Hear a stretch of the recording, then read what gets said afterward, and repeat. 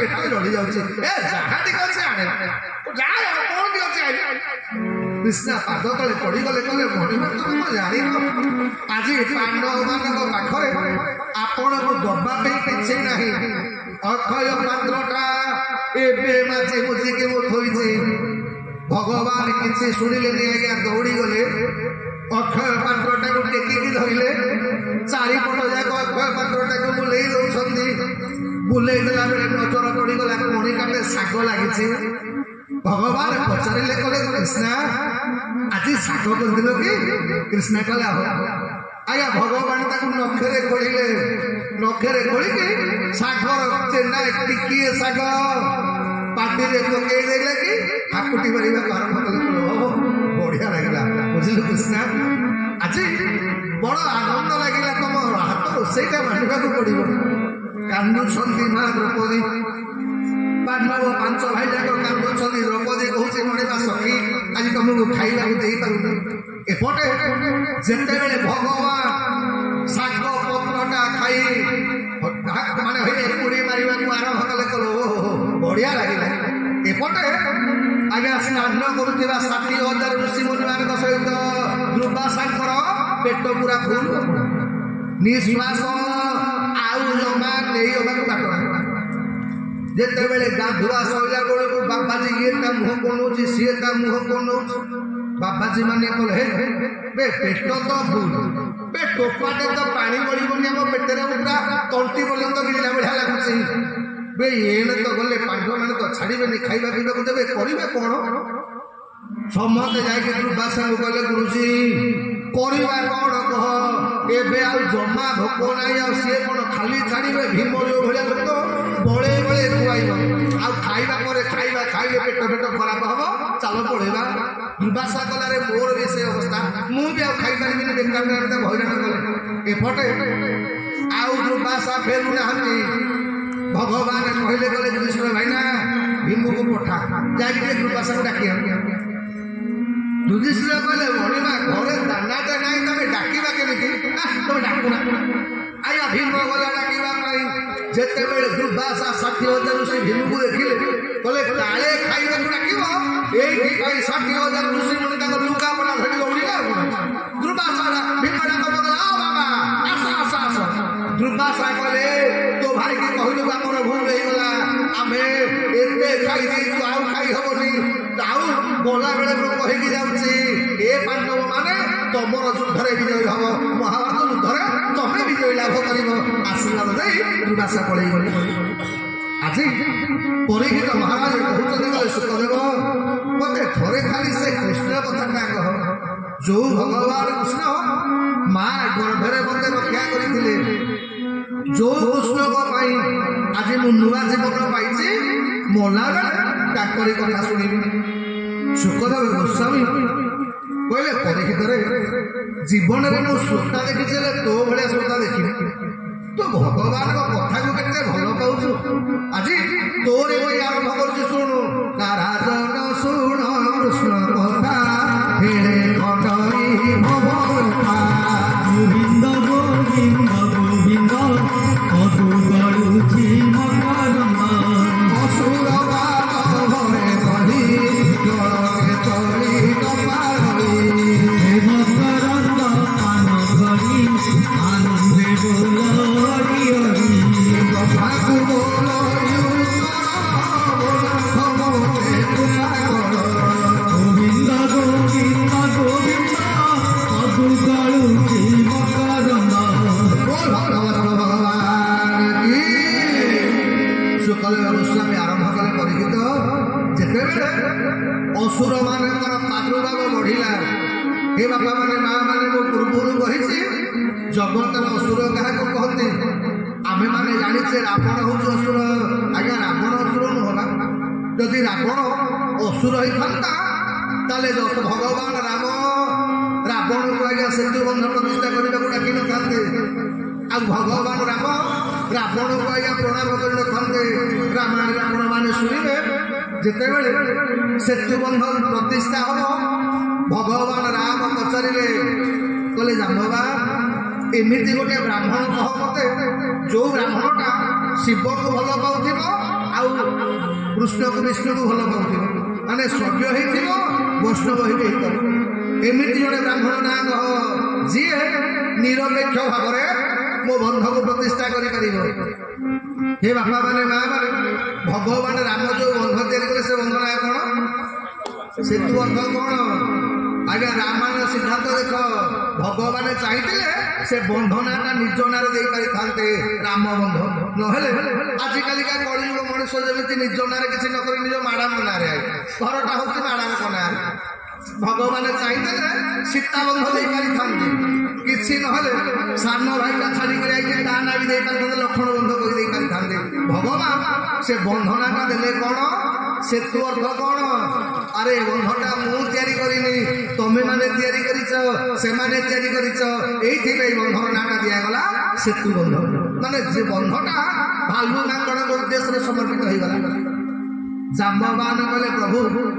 ମୁଁ ଜଣେ ବ୍ରାହ୍ମଣକୁ ଜାଣିଛି ସେ ବ୍ରାହ୍ମଣ ଏକରେ ମାନେ ବୈଷ୍ଣବ ମାନେ ବିଷ୍ଣୁ ପୂଜା ଜାଣିଛି ଶିବ ପୂଜା ଜାଣିଛି କିନ୍ତୁ ଆପଣ ତାକୁ ଡାକିବେନି। ଭଗବାନ କହିଲେ କାହିଁ କଣ ଅସୁବିଧା ହେଲା ନା ମଣିମା ଏ ଯୁଗରେ କେବଳ ଜଣେ ମାରିବ ବ୍ରାହ୍ମଣ ଅଛି। ଆପଣ ଚାହୁଁଥିବା ମନ ମୁତାବକ ଚାହୁଁଥିବା ବ୍ରାହ୍ମଣ ବିଶ୍ଵବାନନ୍ଦନ ରାବଣ ସେଇ କେବଳ ବିଷ୍ଣୁଙ୍କର ପୂଜା ଜାଣିଛି ଶିବଙ୍କର ପୂଜା ବି ଜାଣିଛି। ଭଗବାନ କହିଲେ ଯଦି ତାଙ୍କ ପାଖରେ ଏତେ ଗୁଣ ଅଛି ଆରେ ମୁଁ ତାଙ୍କୁ ମାରିବା ପାଇଁ ବନ୍ଧ ତିଆରି କରୁଛି ସିଏ କଣ ଆସିବେ ମୋ ପୂଜା କରିବା ପାଇଁ? ଜାମ୍ବବାନ କହିଲା ମଣିମା ମୁଁ ଯେତିକି ଜାଣିଛି ଆପଣ ଯଦି ନିମନ୍ତ୍ରଣ ଦେବେ ରାବଣ ନିଶ୍ଚିନ୍ତ ଆସିବେ। ଆଜ୍ଞା ଭଗବାନ ନିମନ୍ତ୍ରଣ ଦେଲେ କହିଲେ ଜାମ୍ବବାନ ତମେ ଯା ରାବଣକୁ ନିମନ୍ତ୍ରଣ ଦେବ ଯେ ଦଶରଥ ରାମ ଚାହୁଁଛି ତା ସେତୁ ବନ୍ଧ ପ୍ରତିଷ୍ଠା କରିବା ପାଇଁ ଆପଣ ଯଜମାନେ ଆଚାର୍ଯ୍ୟ ହେଇକି ଆସିବେ। ଆଜ୍ଞା ଯେତେବେଳେ ଆଜ୍ଞା ରାବଣର ଗୁପ୍ତଚର ବାହିନୀ ଦେଖନ୍ତୁ ରାମଙ୍କ ମାନେ ରାମଙ୍କ ଶିବିରରେ ଏ କଥାବାର୍ତ୍ତା ହଉଛି ରାବଣ ଆଜ୍ଞା ଜାଣିପାରିଲା ଯେ ଆଜି ଭଗବାନ ରାମ ତାକୁ ଯଜମାନ ରୂପରେ ଆଜ୍ଞା ଆଚାର୍ଯ୍ୟ ରୂପରେ ବର୍ଣ୍ଣନ କରିବା ପାଇଁ ଦୂତ ପଠଉଛନ୍ତି। ରାବଣ ତା ଅସୁର ମାନଙ୍କୁ କଲା ଏମେ ଜାମ୍ବବାନ କାକା ଆସିବେ ତାକୁ ସ୍ୱାଗତ କରିକି ମୋ ରାଜ୍ୟ ଆଣିବ ପାଖକୁ। ଆଜ୍ଞା ଜାମ୍ବବାନ ଯାଇକି ପହଞ୍ଚିଗଲେ ରାବଣ ଜାମ୍ବବାନକୁ ପ୍ରଣାମ କଲା। ଜାମ୍ବବାନ କଲେ ରାବଣ ମୁଁ ତମ ପାଖକୁ ରାଜନୀତି ଉଦ୍ଦେଶ୍ୟ ନେଇକି ଆସିନି ମୋ ମାଲିକ ଗୋଟେ ବନ୍ଧ ତିଆରି କରିଛନ୍ତି ଆଉ ସେ ବନ୍ଧଟା ପ୍ରତିଷ୍ଠା କରିବା ପାଇଁ ମୁଁ ତମକୁ ବ୍ରାହ୍ମଣ ରୂପରେ ବର୍ଣ୍ଣନ କରିବାକୁ ଆସିଛି। ଆପଣ ଆମ ଅନୁରୋଧ ରକ୍ଷା କରିପାରିବେ? ରାବଣ କହିଲା କହିଲା ଶୁଣ ବ୍ରାହ୍ମଣର ଧର୍ମ ହଉଛି ଯଦି ବ୍ରାହ୍ମଣ ପାଖକୁ ସିଲୁହନାଟା ମନେ ରଖିଥା ଯଦି ବ୍ରାହ୍ମଣକୁ ନିମନ୍ତ୍ରଣ ଦେବା ପାଇଁ ଆଜ୍ଞା ବ୍ରାହ୍ମଣର ଶତ୍ରୁ ବି ଆସେ ତାହେଲେ ବ୍ରାହ୍ମଣ ଆଜ୍ଞା ଶତ୍ରୁର ନିମନ୍ତ୍ରଣ ବି ରକ୍ଷା କରିବ। ବ୍ରାହ୍ମଣ ଆଉ ଏଇ ଡାକ୍ତର ଇଏ ଦି ଜଣ ଯାକ କେବେ ଦେଖିବେନି ଏଇଟା ଧନୀ ଲୋକ ଅଧିକା ଦକ୍ଷିଣା ଦେବ ୟା ପୂଜାଟା ଗୁରୁଜନ ପଦନ ସେବା ରାମ ଜୟ ରାମ ଜୟ ଜୟ ରାମ ହରି ରାମ ଜୟ ରାମ ଜୟ ଜୟ ରାମ ଆଦେ ଲଙ୍କଟ ବର ଧନ ଆରେ ବର ଦୁହାରା ଶ୍ରୀ ରାମ ଜୟ ରାମ ଜୟ ଜୟ ରାମ ଶ୍ରୀ ରାମ ଜୟ ରାମ ଜୟ ଜୟ ରାମ ଜଗନ୍ନାଥ ଭଗବାନ କି ନିଜର ବାପା ମାଆକୁ ଆଜ୍ଞା ଯୋଉମାନେ ଅସମ୍ମାନ କରନ୍ତି ଯୋଉମାନେ ବାପା ମାଆଙ୍କ କଥା ମାନନ୍ତିନି ବୁଢା ବାପା ମାଆକୁ ଯିଏ ଘରୁ ତଡ଼ିଦିଏ ଯିଏ ବାପା ମାଆକୁ କଟୁ କଥା କହେ ଇଏ କଳିଯୁଗରେ ସେଇ ସବୁ ଅସୁର ଆଜ୍ଞା। ଅବଶ୍ୟ ମୁଁ ଆପଣମାନଙ୍କ କଥା କହିବି କିନ୍ତୁ କଳିଯୁଗରେ ଲୋକ ବାପା ବଞ୍ଚିଥିଲା ବେଳେ ଦିନକ ପାଇଁ ବାପା ପାଖରେ ବସିବେନି। ବାପା ବଞ୍ଚିଥିଲା ବେଳେ ଆଜ୍ଞା ବାପାକୁ କୋଉନ ଗୋଟେ ପ୍ଲେଟରେ ନେଇକି 5 ଟଙ୍କା ରସଗୋଲା ଗୋଟେ ଖୁଆଇବେ। ଆଉ ବାପା ମରିଗଲା ପରେ ଯୋଉ ଫୁଲମାଳ ବାପା ଫଟୋରେ ପଡ଼ିଥିବ ବେଳେ ବେଳେ ଭାବେ ବାପା ଯଦି ବଞ୍ଚିଥିଲା ବେଳେ ତା ପେଟରେ ଗୋଟେ ଫୁଲମାଳ ପକେଇଥାନ୍ତୁ ବାପା ଖୁସି ହେଇଥାନ୍ତା ଯାହା ହଉ ମୋ ପୁଅ ମତେ ଫୁଲମାଳ ଦେଇକି ପୂଜା କରିଛି। ଆଜ୍ଞା ବାପାକୁ ମୁଣ୍ଡିଆ ମାରିବେନି ବା ବାପା ଫଟୋକୁ ଏଡ଼ିକି ବଡ଼ ଫୁଲମାଳ ପକେଇକି ମୁଣ୍ଡିଆ ମାରିବେ। ବାପା ସ୍ୱର୍ଗରେ ଅଛ ଆମକୁ ଆଶୀର୍ବାଦ ଦିଅ। ମୁଁ ବେଳେ ବେଳେ ଭାବେ ଝିଅଟା ବାପାଟା ଆଶୀର୍ବାଦ ଦେଇପାରିବନି ଫଟୋ ଏଇଥିପାଇଁ ବାପା ବଞ୍ଚେଇଥିଲା ବେଳେ ଖାଇବାକୁ ଦେବେନି ଆଉ ମଲା ପରେ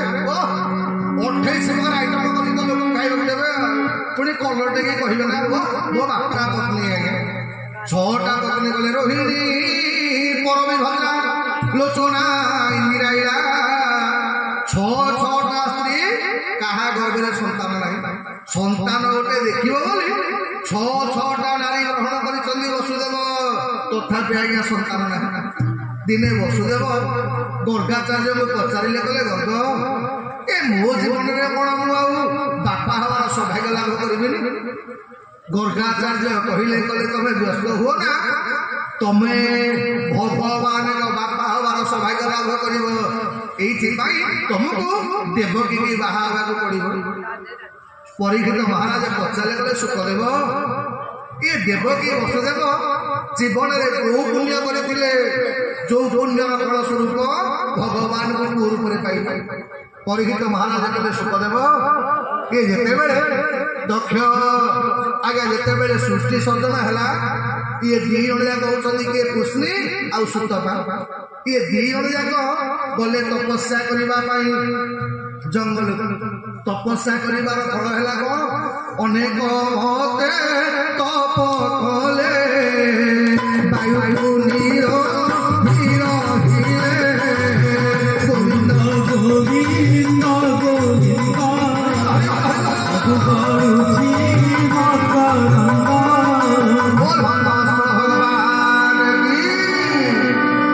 ପ୍ରଥମ 10,000 ବର୍ଷ କେବଳ ଫଳମୂଳ ଖାଇକି ତପସ୍ୟା କଲେ ଭଗବାନଙ୍କ କୃପା ହେଲା ଆଉ 10,000 ବର୍ଷ ବାୟୁ କେବଳ ମାନେ ପବନ ଭକ୍ଷଣ କରି ତପସ୍ୟା କଲେ ଆଜ୍ଞା ମାନେ ଭଗବାନ କୃପା କଲେ ପୁଷ୍ଣି କହିଲେ ସୁତପା ଭଗବାନଙ୍କୁ ପାଇବାକୁ ହେଲେ ଆମେ ସବୁ ତ୍ୟାଗ କଲେ ବିଧି ମାନେ ତୁଳସୀଦାସ ଲେଖିଛନ୍ତି କହିଲେ ବିଧି ହରି ହର ଦେଖିଅ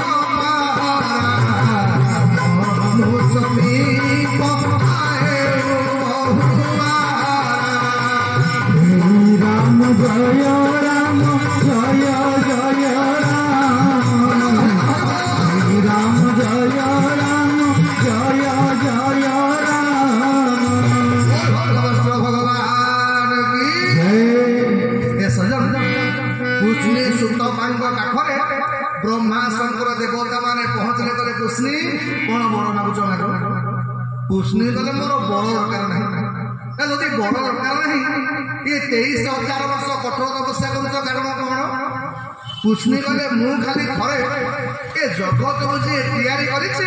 ତାକୁ ଦେଖିବାକୁ ଚାହୁଁଛି ମୋର ବର ଦରକାର ନାହିଁ ଏ ଦେବତା ମାନେ ମୁଁ ଧନ ସମ୍ପତ୍ତି ମାଗିବାକୁ ଆସିନି ବର ମାଗିବାକୁ ଆସିନି ଯୋଉ କଥାରୁ ଆମେ ଆଜି ଭାଗବତ ଆରମ୍ଭ କରିଥିଲେ ପୁଷ୍ଣି ବର ମାଗିଲେ କହିଲେ ହେ ବ୍ରହ୍ମା ହେ ଶଙ୍କର ହେ ଦେବରାଜ ଇନ୍ଦ୍ର ଯଦି ମତେ ବର ଦେବାକୁ ଚାହୁଁଛ ଥରେ ଖାଲି ଭଗବାନଙ୍କୁ କହିଦିଅ ଇଏ ଜଗତକୁ ଯିଏ ତିଆରି କରିଛି ଜୀବଜନ୍ତୁ ମାନଙ୍କୁ ଯିଏ ସୃଷ୍ଟି କରିଛି ମୁଁ ଥରେ ଇଏ ଭଗବାନଙ୍କୁ ଦେଖିବାକୁ ଚାହୁଁଛି ବ୍ରହ୍ମା ଶଙ୍କର ଦେବତା ମାନେ ପହଞ୍ଚିଲେ ଭଗବାନଙ୍କ ପାଖରେ କହିଲେ ପ୍ରଭୁ ଇଏ ପୁଷ୍ଣି ସୁତପା ଛୋଟ ପିଲା ନୁହଁ ଯିଏ ଖେଳନାଟେ ପାଇଲେ ଭୁଲିଯିବେ ସିଏ କେବଳ ଆପଣଙ୍କୁ ଚାହୁଁଛନ୍ତି ବାଧ୍ୟ ହୋଇକି ଆଜ୍ଞା ଭଗବାନଙ୍କୁ ସେଦିନ ଆସିବାକୁ ପଡିଲା ଯେ ଭଗବାନ ଆସିଲେ ସିନା କିନ୍ତୁ ମନେ ରଖିବେ ଭଗବାନ ସିଧାସଳଖ କାହା ପାଖକୁ ଆସନ୍ତିନି ଭଗବାନ ଯେତେବେଳେ ଯାହା ପାଖକୁ ଆସନ୍ତି ଆଗ ଶବ୍ଦ ରୂପରେ ଆସନ୍ତି ଆଜ୍ଞା ଅର୍ଥ ଭଗବାନ ଆପଣଙ୍କୁ କୃପା କଲେ ବୋଲି ଜାଣିବ କେମିତି ଯୋଉଦିନ ଆପଣଙ୍କୁ ଭଗବାନଙ୍କର କଥା ଶୁଣିବାର ସୁଯୋଗ ମିଳିବ ଆପଣ ଜାଣିବେ ମତେ ଆଜି ଭଗବାନ କୃପା କରୁଛନ୍ତି କାହିଁକି ନା ଭଗବାନ କୃପା କଲା ପୂର୍ବରୁ ଆଗ ତାଙ୍କର ଶବ୍ଦଟା କାନରେ ପଡେ এইথিপাই বৃন্দাবনের গোপী মানে কুহতি বৃন্দাবনে বংশী কে বজাইলা বৃন্দাবনে বজাইলা বৃন্দাবনে বংশী কে বজাইলা বৃন্দাবনে বংশী কে বজাইলা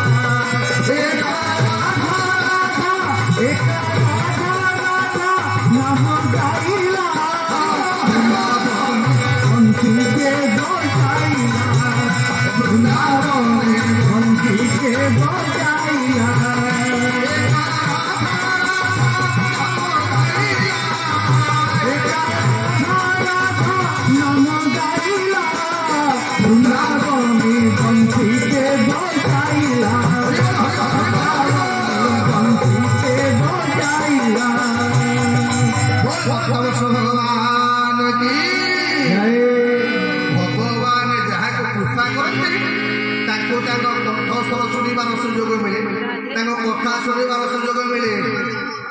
सूर्यवाणी है हे पुछनी ये सुतमा कौन बड़ मागुच माग आज्ञा भगवान को स्वरटा जेमती पुष्णी काने पड़गला आज्ञा जो पुष्णी बाबा ना 11,000 माने 23,000 वर्ष तपस्या कर दी जन जाक बुढ़ा बुढ़ी हो जाते अस्थि प्राय सहित हो जाता ये दी जन जाक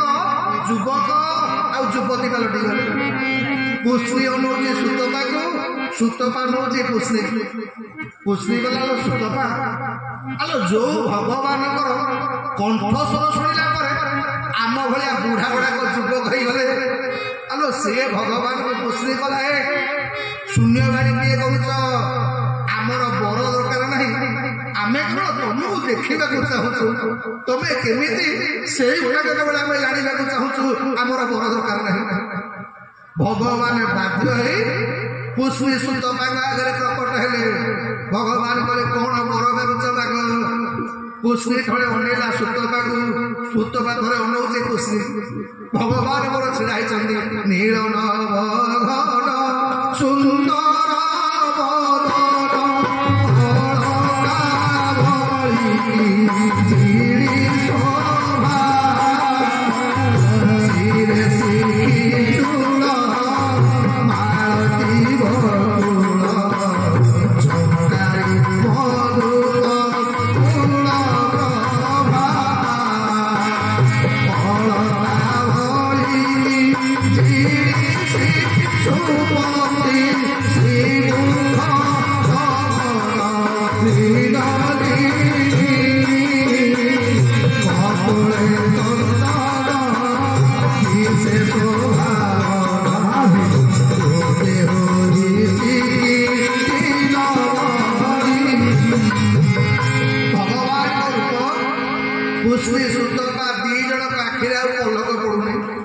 पुष्णी अनैची सुतपा को सुतपा चाहिए पुष्णी मुह को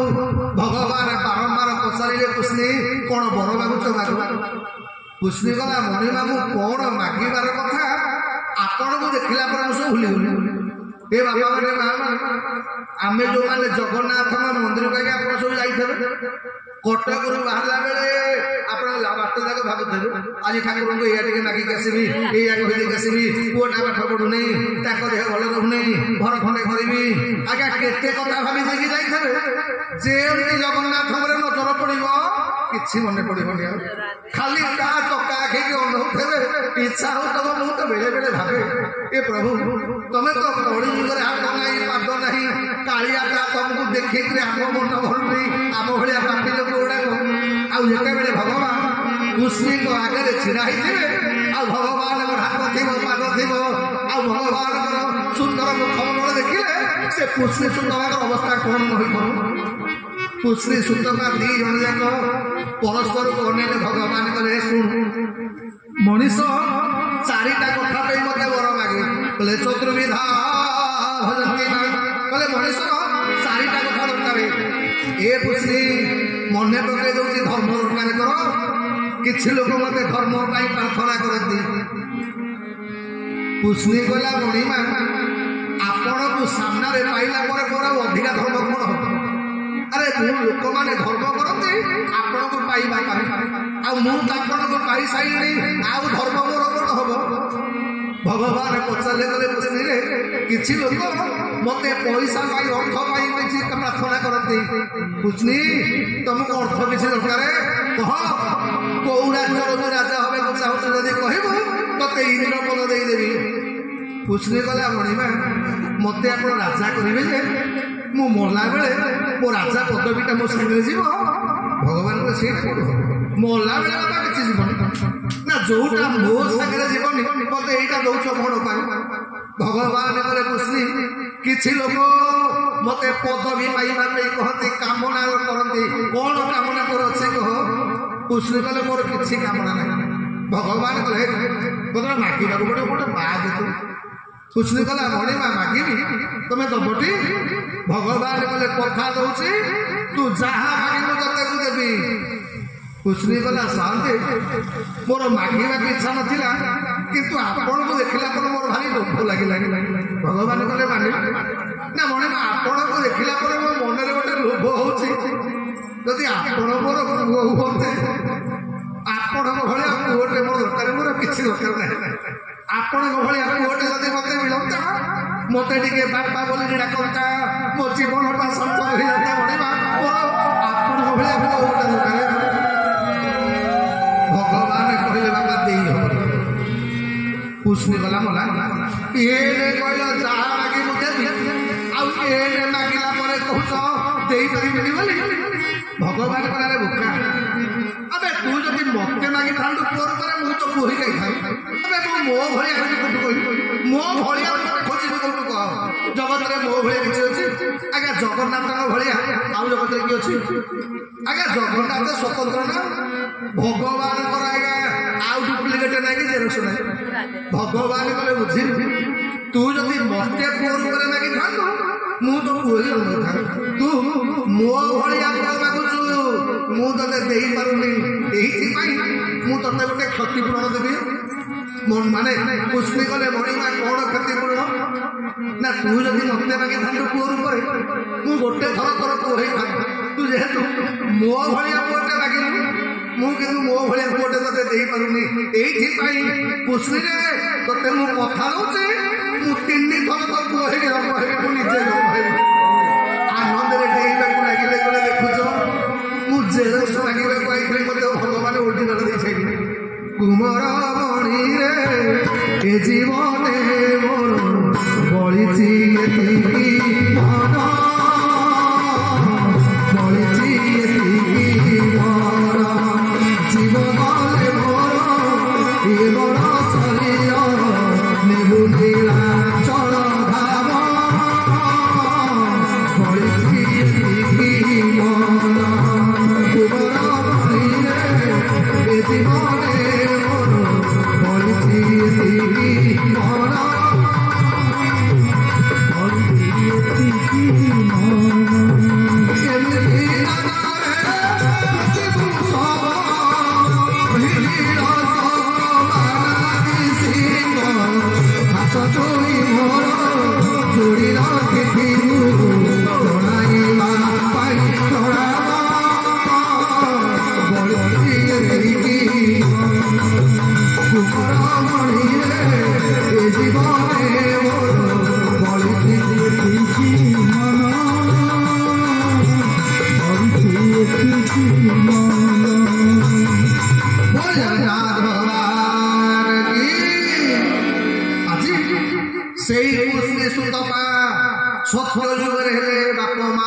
कश्यप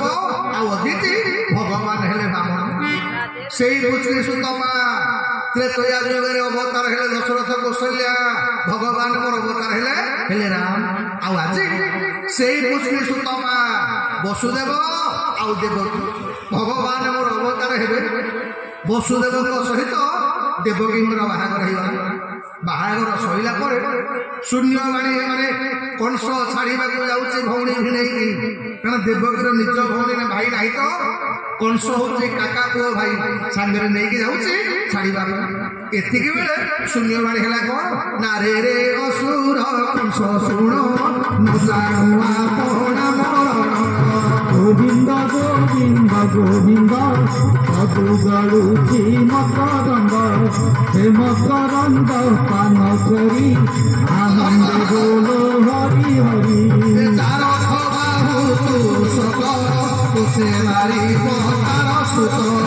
गोविंद गोविंद गोविंद सबु गलुची मकरंद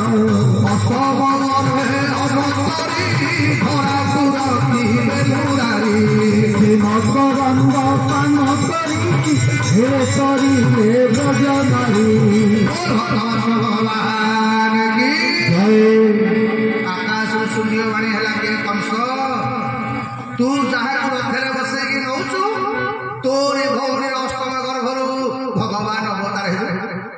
ଆଜ୍ଞା କଂସ ଆଉ ରଥ ଚଲେଇବ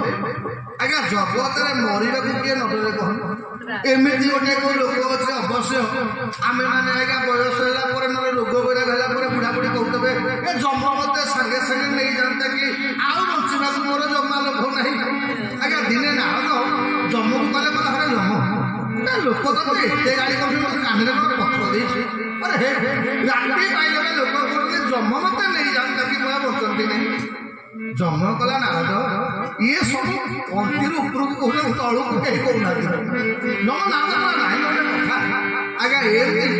ଜନ୍ମ କଲା ଚାଲୁନା ପ୍ରାକ୍ଟିକାଲ କରିକି ବୁଝେଇଦେବି ଆଜ୍ଞା ଜନ୍ମର ନାରଦର ଗୋଟେ ଜଙ୍ଗଲ ଭିତରେ ଗଲାବେଳେ ଦେଖିଲେ କଣ ନା ବିଚରା ଗୋଟେ ଧୋପଡି ବୁଢୀ ଅଣ୍ଟା ନଈଗଲାଣି ଚମ ଧୁଡୁ ଧୁଡୁ ମେଞ୍ଚେ ଖଣ୍ଡେ ଆଜ୍ଞା ଲୋଭରେ ଡାଳ ଖଣ୍ଡେ କାଟିଛି ଡାଳ ଛାଟା ଆଜ୍ଞା ମୁଣ୍ଡରେ ନେଇ ପାରୁନେଇ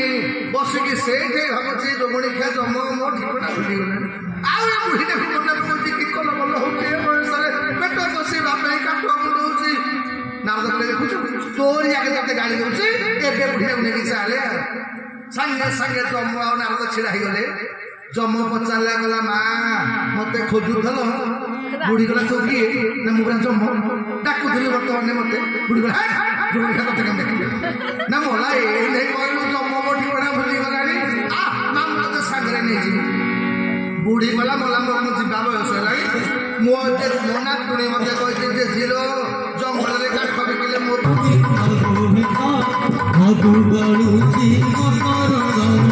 କଥା ଦଉଛି ଦେବକୀ ଯେତେ ସନ୍ତାନ ପ୍ରସବ କରିବ ତତେ ସବୁ ତକ ଦେଇଦେବି ତୁ ଦେବକୀ କି ମାରିବୁ କଂସ ମନେ ମନେ ଭାବିଲା କିରେ ଯଦି ମୋ ଶତ୍ରୁ ମତେ ମିଳିଯିବ ତାହେଲେ ମୁଁ ଭଙ୍ଗକୁ ମାରିବି କଣ ଭିଣେ ମୁଁ ଜାଣିବି ତମେ ଯା କିନ୍ତୁ ମନେ ରଖ ତମର 8 ନମ୍ବର ସନ୍ତାନ ନହେଲା ପର୍ଯ୍ୟନ୍ତ ତମକୁ ବନ୍ଦୀ ଘରେ ରହିବାକୁ ପଡିବ କଂସ ଆଦେଶକୁ ଆଜ୍ଞା ଦେବକୀ ବସୁଦେବ ମାନିନେଲେ ହେ ବାପା ମାନେ ମା ମାନେ ଆମ ମାନଙ୍କ ଉପରେ ଟିକିଏ ବିପତ୍ତି ପଡିଲେ ଯୋଉମାନେ ଭଗବାନଙ୍କୁ ଗାଳି ଦଉଛ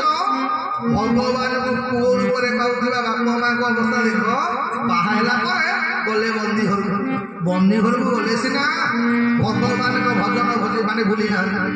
ସ୍ୱାମୀ ଦି ଜଣ ଯାକ ଆଜ୍ଞା ଭଗବାନଙ୍କୁ ଭଜନ କରନ୍ତି ଯୋଉ ପରିବାରରେ ସ୍ୱାମୀ ସ୍ତ୍ରୀ ଏକାଠି ଭଗବାନଙ୍କୁ ଡାକନ୍ତି ମୋ ଭଗବାନ ସେ ଘରେ ଜଲ୍ଦି ଆସନ୍ତି ଆଜ୍ଞା ଦି ଜଣ ଯାକ ଏକାଠି ଭଗବାନଙ୍କୁ ପ୍ରାର୍ଥନା କଲେ ପରିଣାମ ହେଲା କଣ ନା ଏ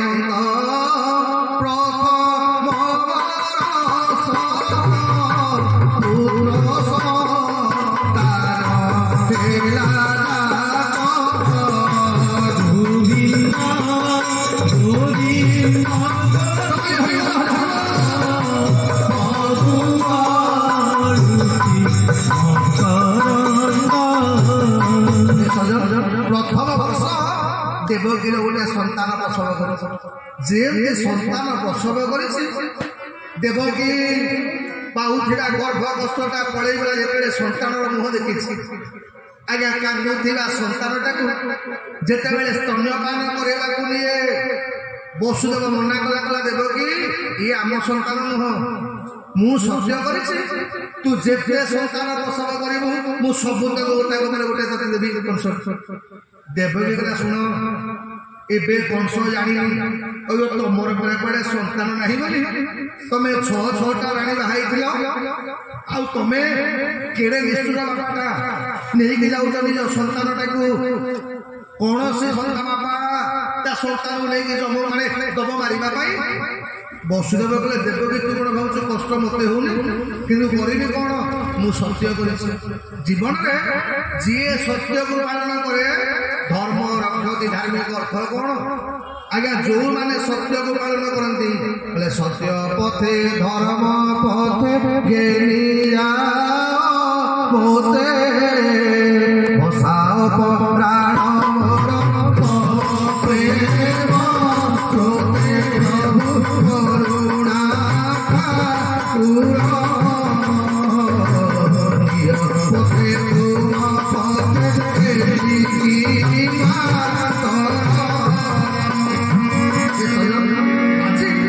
ଭଗବାନଙ୍କ ପାଖରେ ବସୁଦେବ ଛାତିରେ ପଥର ଲଦିଲେ କହିଲେ ଦେବକୀ ମତେ ବି କଷ୍ଟ ହଉଛି ମୋ ସଂସାରଟାକୁ ମୁଁ ନେଇକି ଯିବି ଏତେ ମାରିବା ପାଇଁ କିନ୍ତୁ ମୁଁ ସତ୍ୟ କରିଛି ଆଜ୍ଞା ଜୀବନରେ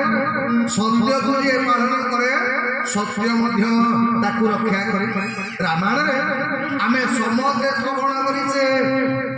ବାହାଘରର ଆଜ୍ଞା ଯେତେବେଳେ ଭଗବାନ ରାମଙ୍କର ଅଭିଷେକ ସରିଗଲା ଭଗବାନ ରାମ ରାଜା ହେଇଗଲା ପରେ ଭଗବାନଙ୍କ ନଜର ପଡ଼ିଗଲା ଆଜ୍ଞା ଭଗବାନ ସମସ୍ତଙ୍କୁ ବରଯାତ୍ରୀକି ଦଉଛନ୍ତି କିନ୍ତୁ ଅଙ୍ଗଦ ଜମା ଆଗକୁ ଆସୁନି ଭଗବାନ ପଚାରିଲେ କହିଲେ ସମସ୍ତେ ବର ମାଗିଲେଣି ଅଙ୍ଗଦ ତମେ କ'ଣ ବର ମାଗୁନ ଅଙ୍ଗଦ କହିଲା ମଣିମା ମୁଁ ଦେଖୁଛି ଯିଏ ବର ପାଉଛି ଆପଣ ତାକୁ ବିଦା କରିଦେଉଛନ୍ତି ମୁଁ ଚାହୁଁନି ଆପଣ ମତେ ବିଦା କରନ୍ତୁ ବୋଲି ଭଗବାନ କହିଲେ ଅଙ୍ଗଦ ତମକୁ ଯିବାକୁ ପଡ଼ିବ ଅଙ୍ଗଦ କହିଲା ମଣିମା ମୋର କେବଳ ଆପଣଙ୍କ ସେବା ଦରକାର ଭଗବାନ କହିଲେ କେମିତି ନା ମଣିମା ମୁଁ ଯେତେବେଳେ ଆପଣଙ୍କ ସେବା କରିବି ମୁଁ ସେବା କରୁଥିଲା ବେଳେ ଆଉ ଜୀବନରେ କେହି ନଥିବେ କେବଳ ଆପଣ ଥିବେ ମୁଁ ଥିବି କାହିଁକି ନା ଏଠି ଆପଣଙ୍କ ସେବା କରିବା ପାଇଁ ହନୁମାନ ଅଛନ୍ତି ଲକ୍ଷ୍ମଣ ଅଛନ୍ତି ଭରତ ଶତ୍ରୁଘ୍ନ ଜାନକୀ ମା ଏତେ ଲୋକଙ୍କ ବେଳରେ ମୁଁ ଆପଣଙ୍କର ସେବାଟା ଭଲ କରି କରିପାରୁନି এইথিপাই মতে বড় দেবে ମୁଁ ଯେତେବେଳେ ଆପଣଙ୍କ ସେବା କରିବି କେବଳ ଆପଣ ଥିବେ ମୁଁ ଥିବେ ଆଉ 3 ନମ୍ବର ଲୋକ କେହି ନଥିବେ ଭଗବାନ କହିଲେ ସେ ବରଟା ତମକୁ ଦେବି ଯେ ତା ପୂର୍ବରୁ ତମେ ପୁରା ସତ୍ୟ କରିଥିଲ ଯେ ମୁଁ ଯେତେବେଳେ ତମ ବାପାକୁ ଗାଳିକି ଲୁଚିକି ମାରିଲି ତମେ ସତ୍ୟ କଲ ମୋ ବାପାକୁ ଯେ ଲୁଚିକି ମାରିଛି ମୁଁ ବି ତାକୁ ଲୁଚିକି ମାରିବି এইଥିପାଇଁ ତମେ ପ୍ରଥମେ ମତେ ଲୁଚିକି ମାରି ସାରିବ ତାପରେ ସେବାର ଅଧିକାର ପାଇବ ଆଜ୍ଞା ସେଇ ଅଙ୍ଗଦ ଦ୍ୱାପର ଯୁଗରେ ଜାରାଶଙ୍କର ରୂପରେ ଜନ୍ମ ହେଲେ ତ ଆଜି ବସୁଦେବ ଦେବକୀ କାନ୍ଦୁଛି ଛାତିରେ ପଥର ଲଦିଦେଲେ ଯାଇକି ପହଞ୍ଚିଗଲେ ଆଜ୍ଞା କଂସ ପାଖରେ କହିଲେ କଂସ ଏଇଟା ହଉଛି ମୋର 1 ନମ୍ବର ସନ୍ତାନ କଂସ ଯେତେବେଳେ ଆଜ୍ଞା ଛୋଟ ପିଲାଟାକୁ ଦେଖିଲା କହିଲା ହେ ହେ ଏଇଟା ମୋ ଶତ୍ରୁ ନୁହଁ ମୋର 8 ନମ୍ବର ଶତ୍ରୁ ଇଏ ମୋର ଶତ୍ରୁ ନୁହଁ କହିଲା ଭିଣେଇ ମୁଁ ଜାଣିଲି ତମ ଭଳିଆ ସତ୍ୟବାନ ପୁରୁଷ ବୋଧେ ବ୍ରହ୍ମାଣ୍ଡରେ ଆଉ କେହି ନାହିଁ ତାକୁ ନେଇକିରି ପଳା କିନ୍ତୁ ମନେ ରଖ 8 ନମ୍ବରଟାକୁ ମତେ ଦବ ବସୁଦେବର ଗୋଡ଼ ତଳେ ପଡୁନି ଆନନ୍ଦରେ କହିଲେ ଯାହା ହଉ ଠାକୁରେ କେଡ଼େ ମଙ୍ଗଳମୟ ଏତେ ଦିନ ପରେ ମତେ ବାପା ହବାର ସୌଭାଗ୍ୟ ଏ ସନ୍ତାନ ମୋର ବଡ଼ ହବ ମତେ ବାପା ଡାକିବ ମୋ ଉପରେ ରାଜଗାଦିରେ ବସିବ ହସି ହସିକି ବସୁଦେବ ଆଇଲେ କହିଲେ ଦେବ କି ଆଉ କାନ୍ଦିବା ଦରକାର ନାହିଁ ଭଗବାନ କୃପା କଲେଣି ଆଉ ଆମ ଦୁଃଖ ରହିବ ବସୁଦେବ ଦେବକୀଙ୍କର ଆନନ୍ଦ କହିଲେ ନ ସରେ ଏପଟେ ନାରଦ ବିଚାର କଲେ କିରେ ବସୁଦେବ ଦେବକୀ କ'ଣ ହସିଲେଣି କିରେ ଯଦି ଏ ଦିନ ଯାକ ହସିଲେ ତାହେଲେ ଭଗବାନ ଅବତାର ହେବେ କେମିତି এইଥିପାଇଁ ଆପଣ ଦେଖୁଥିବେ ଯେଉଁମାନେ ଧର୍ମ ପଥରେ ରହିବେ ନ୍ୟାୟ ପଥରେ ରହିବେ ଆଜ୍ଞା ସେମାନଙ୍କୁ ଭଗବାନ ପରୀକ୍ଷା ବେଶୀ କରିବେ କଷ୍ଟ ଦେବେ ଆଜ୍ଞା କାହିଁ କହିଲେ ନା ଜାଣିଛନ୍ତି ଭକ୍ତଟା କଷ୍ଟ ପାଇଲେ ସେ ଭଗବାନଙ୍କୁ ଡାକିବ এইଥିପାଇଁ ଭଗବାନ କ'ଣ କରନ୍ତି ଭକ୍ତକୁ ପରୀକ୍ଷା କରିବା ପାଇଁ ଟିକେ ଟିକେ ଦୁଃଖ ଦିଅନ୍ତି ଆଉ ଯେଉଁମାନେ ପାପ କରୁଥିବେ ଅନେକ ଲୋକ କହନ୍ତି ଆଜ୍ଞା ପାପୀ ଲୋକଟାର ଧନ ବଢୁଛି କ'ଣ ପାଇଁ ଭଗବାନ ଜାଣିକି ତାକୁ ବେଶୀ ଧନ ଦିଅନ୍ତି ଆଜ୍ଞା ସେ ଆହୁରି ପାପ କରିବ ଯେମିତି ବେଲୁନରେ ବେଶୀ ପମ୍ପ ଦେଲେ ସେ ସବୁ ଢୋକିନି ଫାଟିବ ନାରଦ ବିଚାର କଲେ କହିଲେ ହେ ଇଏ ବଂଶ ଗୁଣ ଦୟା କଲାଣି ଏ ଧର୍ମ ଗୁଣ କଲାଣି ତେଣୁ ବଂଶଟାକୁ ଆହୁରି ପାପ କରିବାକୁ ପଡିବ ଆଉ ଏପଟେ ବସୁଦେବ ଦେବକୀକି ଆହୁରି କାନ୍ଦିବାକୁ ପଡିବ এইଥିପାଇଁ ରାତି ଅଧରେ ନାରଦ ପହଞ୍ଚିଗଲେ କଂସ ପାଖରେ କହିଲେ ରେ ରେ ଅସୁର ଚୂଡ଼ାମଣି ତୋର କରଣ ତତ୍ତ୍ୱବାଣୀ ଗୋବିନ୍ଦ ଗୋବିନ୍ଦ ଗୋବିନ୍ଦ ମଧୁ ଗରୁଛି ମକରନ୍ଦ ତୋର ବଳି ତପଧର ଜୀବନ ଆସିବେ ତୋର ପାନ କରି ଆନନ୍ଦେ ବୋଲ ହରି ହରି ভগবান কি নারদ কলে কংস তো ভয়া বোকাকে ব্রহ্মাণ্ড দেখি না তুই শোইছু কଣ কংস কলে রাত্রিরে শোই নথাନ୍ତି ଆଉ କଣ କରୁଛନ୍ତି ନା ଶୋଇଥାନ୍ତୁ আরে ତୁ ଶୂନ୍ୟବାଣୀ ଶୁଣିଛୁଟି କଂସ କହିଲା ହଁ ନା ତୋ ଆଜି ଗୋଟେ ଭଣ ଯାଇଛି ନା ହଁ ନା ତୁ ଶୋଇଛୁ କଣ କଂସ କହିଲା ନାରଦ ତମେ କାହିଁକି ବ୍ୟସ୍ତ ହଉଛ କହୁଛୁ ଏଇଟା 1 ନମ୍ବର ନାରଦ କହିଲେ ହାୟ ରେ ବିଧାତା এপর্যন্ত বিষ্ণু মায়া বুঝিপাইলুনি আ তোকে বুঝাই দেবি আগে গোটে খড়িটা ধরলে নারদ গাড়বে গেলে কলে কংস পাঠ পড়িছু না গণিলু কংস গণিলা 1 2 3 4 5 6 7 8 নারদ কলে কংস টিকে এপটু গণিলু আজ্ঞা যোটা 8 ହେଇଥିଲା সেটা 1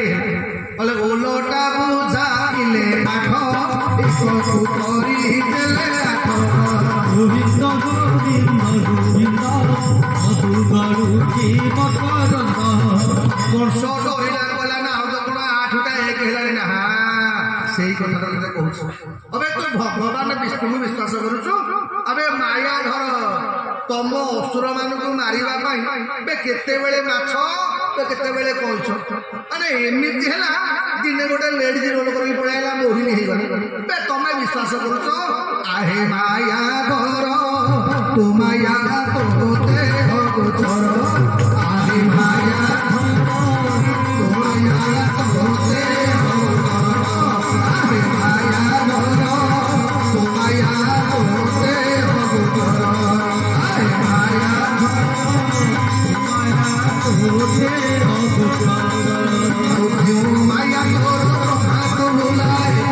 माया तोर हाथ बुलाए छोटे देव सकल आहे माया धर तू माया तोते हरि बोल माया धर तू माया तोते भगवान की कंस कहिला कला नारद मु जानि नथि या भितरे विद्या पाठ गोटे अछि बे करिवे कोन कंस माने नारद देखिले जदि मु कहि देबी तो पिलाटा को मारे बोली बे बाळु तो हत्या दोषटा मते लागिवो कंस कहिले बापा मु आ नारद कहिले बापा मु करि परिबिनी किछि तेडी के तो इच्छा आज्ञा कंस को करि नो छाट नारद कले निज बाट গোবিন্দ গোবিন্দ গোবিন্দ মধু গড়ুছি মকরন্দ সময় লীলা করো সন্ধ্যা মকরন্দ পান করি আনন্দে হরি হরি রাত্রি ঘরে কংস দৌড়িলা অগ্নিশালাକୁ প্রহরী মানে কপাট উন্মুক্ত করিদেলে আনন্দর সহিত স্বামী স্ত্রী সন্তানକୁ কোলে ধরিକି ଶୋଇଛନ୍ତି ସେଇଠି ଟାଣି ଆଣିଲା ଆଉ ବସୁଦେବ ଦେବକୀ କିଛି ବୁଝିଲା ପୂର୍ବରୁ ତାଙ୍କରି ଆଗରେ କଚିଦେ ପ୍ରଥମ ସନ୍ତାନର ରକ୍ତରେ ଗାଧେଇ ପଡ଼ିଲେ ସ୍ୱାମୀ ସ୍ତ୍ରୀ 2 ଜଣ ଯାକ ଗୋଟେ ନୁହଁ 2ଟା ନୁହଁ ଆଜ୍ଞା କହିଲେ ଏମିତି ପର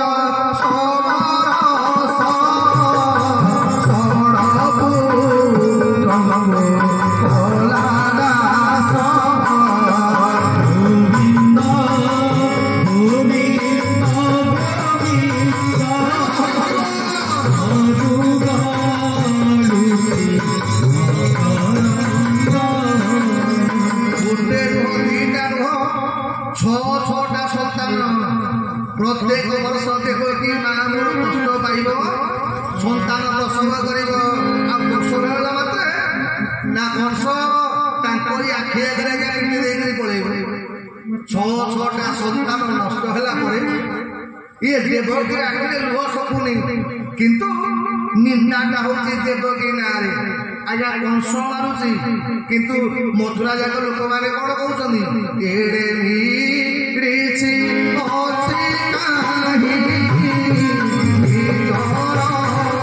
ଫୁଲ ହେଲା କାହିଁ গোবিন্দ গোবিন্দ মধু গড়ুছি মকরন্দ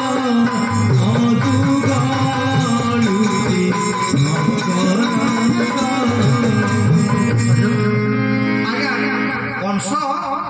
দেবকীর সন্তানକୁ নিজে মারিকি যাଉଛି কিন্তু মথুরা যাক লোক କଣ କଥାବାର୍ତ୍ତା ହଉଛି ଜାଣିଛନ୍ତି ଦେବକୀଟା ଗୋଟେ ଅଲେଖିଟା କିଏ କହୁଛି ଏଇଟା ପୁଅ ଖାଇ ଡାହାଣୀ ନିଜ ପିଲାକୁ ନିଜେ ଖାଇ ଦଉଛି ଦେବକୀ ସ୍ୱାମୀକି କହୁଛି ବୋଲା ଶୁଣୁଛ ଇଏ ମଥୁରା ଯାକ ଲୋକ କୁଆଡେ ମତେ ନିନ୍ଦା କରୁଛନ୍ତି ମୁଁ କୁଆଡେ ଅଲକ୍ଷଣୀଟା ମୋ ସନ୍ତାନକୁ ଖାଇ ଦଉଛି ବସୁଦେବ କହିଲେ ଦେବକୀ কেবল ভগবান আমাকে রক্ষা করে কেবল ভগবান প্রার্থনা করে ଜଗତରେ ସମସ୍ତଙ୍କ ଦୁଃଖ ହରଣ କରନ୍ତି ବୋଲି ତାଙ୍କ ନାଁଟା ହଉଛି ଆଜ୍ଞା ହରି। ହରିଶଙ୍କର ଅର୍ଥ କଣ ଆଜ୍ଞା? ଆମ ମାନଙ୍କର ଦୁଃଖ କଷ୍ଟ ସଂତାପକୁ ଭଗବାନ ହରଣ କରିବେ, ତାଙ୍କରି ନାଁଟା ହରି। ଏଇଥିପାଇଁ ଭଗବାନଙ୍କୁ ପ୍ରାର୍ଥନା କଲେ। ପରିଣାମ ହେଲା କଣ ନା ଆଜି ସପ୍ତମ ଗର୍ଭରେ କଲେ ଅନନ୍ତ ଗର୍ଭେ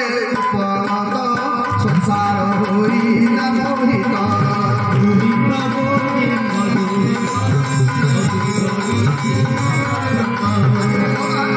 ଅନନ୍ତଙ୍କୁ ଆଦେଶ ଦେଲେ, ଅନନ୍ତ ତମେ ସପ୍ତମ ଗର୍ଭରେ ଦେବକୀର ଗର୍ଭଗତ ହୁଅ। ଆଜ୍ଞା ବାପା ମାନେ ମା ମାନେ ବିଚାର କରିବେ, ତ୍ରେତୟା ଯୁଗରେ ଯିଏ ହେଇଥିଲେ ଲକ୍ଷ୍ମଣ, ଦ୍ୱାପର ଯୁଗରେ ସିଏ ହେଲେ ବଳରାମ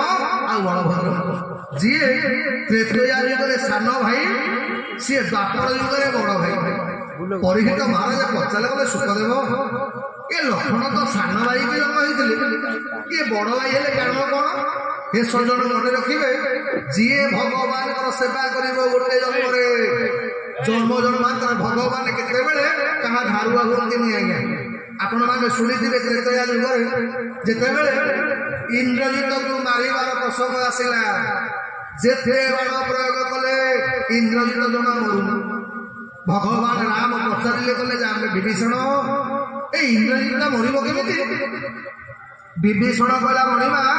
ଇନ୍ଦ୍ରଜିତ ବର ପାଇଛି, ଯିଏ 12 ବର୍ଷ କାଳ ଖାଇନଥିବ, 12 ବର୍ଷ କାଳ ଶୋଇନଥିବ, 12 ବର୍ଷ କାଳ ସ୍ତ୍ରୀ ସଙ୍ଗ କରିନଥିବ,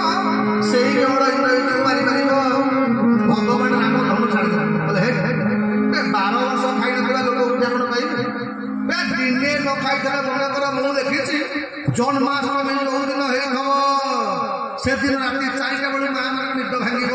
ପଖାଳ ହାଣ୍ଡି ଖଡ ଖଡ ଧର, ଆଗ କଂସା ଭଜା ହବ, ଆଳୁ ହାଲୁଆ ଟାଇପ୍ ହେଇସାରିଲାଣି। ଆଜି ଗୋଟେ ଦିନ ଉପବାସ କରିବାର ଫଳ ଏଇଆ। ଗୋଟେ ଦିନ ଯଦି ରାତି ଜଣେ ଯାଇଥାନ୍ତେ, ମଣିଷ 8 ଦିନ ପର୍ଯ୍ୟନ୍ତ ବସିକି ଢୋଳଉଥିବ, କିବେ ତୁ ଢୋଳୁଛୁ ଆଜ୍ଞା ପରଦିନ ଶୋଇନଥିଲୁ, କିବେ 2 ଦିନ ହେଲାଣି ତୁ ପୁଣି ଢୋଳୁଛୁ। ଆଜ୍ଞା 12 ବର୍ଷ ପର୍ଯ୍ୟନ୍ତ ଖାଇନଥିବ, 12 ବର୍ଷ ଶୋଇନଥିବ, ଏମିତିଆ ଲୋକ ମିଳିବେ କୋଉଠୁ? ଭଗବାନ ରାମ ମନ ଦୁଃଖରେ ବସିଛନ୍ତି। ଏତିକି ବେଳେ ଜାମ୍ବବାନ କହିଲେ, କହିଲେ ମଣିମା ଆମ ସୈନ୍ୟ ବାହିନୀରେ ଜଣେ ଅଛନ୍ତି ଯିଏ 13 ବର୍ଷ 8 ମାସ କାଳ ଖାଇନାହାନ୍ତି ନା ଶୋଇନାହାନ୍ତି କି ସ୍ତ୍ରୀ ସଙ୍ଗ କରିନାହାନ୍ତି। ଭଗବାନ ପଚାରିଲେ, କଲେ କିଏ? ନା ମଣିମା ଆପଣଙ୍କ ସାନ ଭାଇ ଲକ୍ଷ୍ମଣ 13 ବର୍ଷ 8 ମାସ କାଳ ସେ ଖାଦ୍ୟ ଗ୍ରହଣ କରିନାହାନ୍ତି, ଶୋଇନାହାନ୍ତି। ଭଗବାନ ଆଶ୍ଚର୍ଯ୍ୟ ହେଇଗଲେ, କହିଲେ ଡାକିଲେ, କହିଲେ ଲକ୍ଷ୍ମଣ ଏ ମୁଁ କଣ ଶୁଣୁଛି, ଏ ଜାମ୍ବବାନ କହୁଛନ୍ତି ତମେ 13 ବର୍ଷ 8 ମାସ କାଳ ପାଡେ ଶୋଇନ? ଲକ୍ଷ୍ମଣ ମୁଣ୍ଡ କହିଲେ, କରେ ଭଗବାନ କହିଲେ, ହଁ ମୁଁ ବେଳେ ବେଳେ ଦେଖେ, ଯେତେବେଳେ ରାତିରେ ଉଠିଲା ବେଳକୁ ଆପଣ ଲକ୍ଷ୍ମଣ ସବୁବେଳେ ତମେ ଛିଡା ହେଇଥାଏ ରାମ ଦୁଆରେ, 13 ବର୍ଷ କାଳ ଶୋଇଲ ଠିକ ଅଛି, କିନ୍ତୁ ଯେତେବେଳେ ତ ତମେ ଆମ ପାଇଁ ଫଳ ମୂଳ ସଂଗ୍ରହ କରିକି ଆଣ, ମୁଁ ତ ତାକୁ 3 ଭାଗ କରିଦିଏ, ତମେ ତମ ଭାଗ କରିଛ କଣ? ଲକ୍ଷ୍ମଣ କହିଲା, ମଣିମା ସବୁ ସାଇତିକି ରଖିଛି। ଆଜ୍ଞା ଗୋଟି ଗୋଟି କରି ଫଳ ଆଣିକି ଲକ୍ଷ୍ମଣ ଦେଖଉଛନ୍ତି। ଭଗବାନ ଦେଖିଲେ 4 ଦିନର ଫଳ କମି ଯାଇଛି, ଆପଣ ଖାଇନାହାନ୍ତି ନା ମୁଁ ଖାଇନି, କାନ୍ଦି କାନ୍ଦି ଫଳ କମିଛି। ତୃତୀୟ ଦିନ ଯୋଉଦିନ ଆମେମାନେ ସେଦିନ ଆଜ୍ଞା ଜଟାୟୁର ଯୋଉଦିନ ଆମେମାନେ ଅନ୍त्यେଷ୍ଟି କ୍ରିୟା କଲେ,